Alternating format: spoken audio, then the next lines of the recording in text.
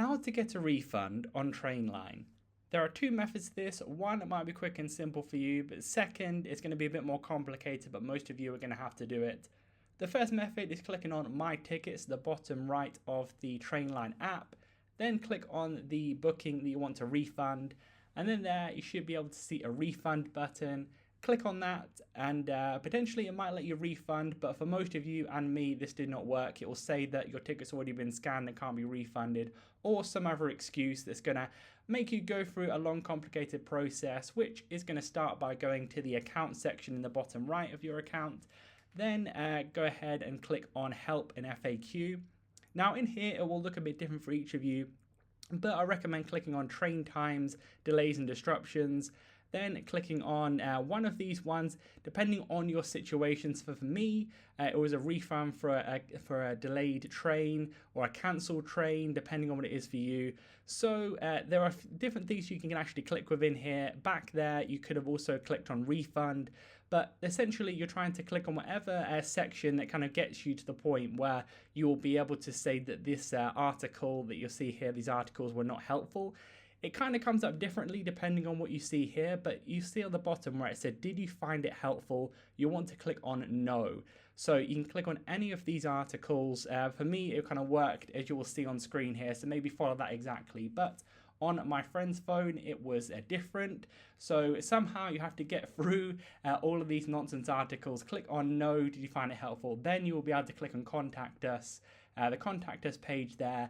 Potentially you might be able to find that on Google, but then you can click on rail travel in the UK. That's specifically for me. It might be a bit different for you. But there you will be able to type in your email and also your transaction ID.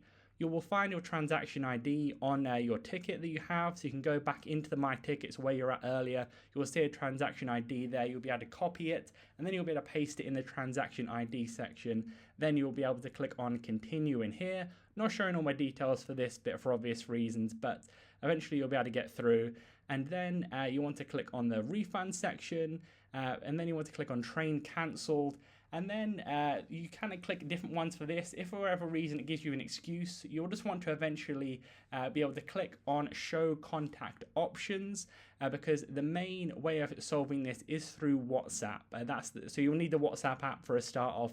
That is one thing as well, which is kind of annoying. So you might have to download WhatsApp app to be able to do it. So click on Show Contact Options, click on WhatsApp here, and then eventually you'll be able to go with an AI support bot. Will transition you into a actual live person, a real person there that will be able to give you the refund. You see at the bottom there, I gave all my details and then I actually got the refund at the end of it.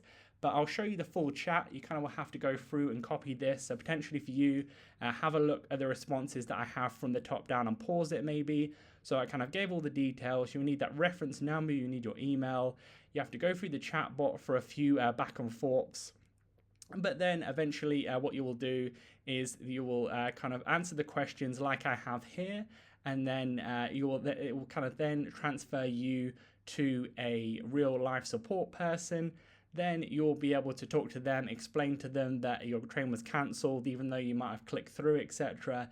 And then they will eventually give you the refund, and the refund will be given to you within 3 to 5 days. So I know it's a long drawn out process, but if it was helpful for you, leave a like on the video and subscribe for more helpful videos.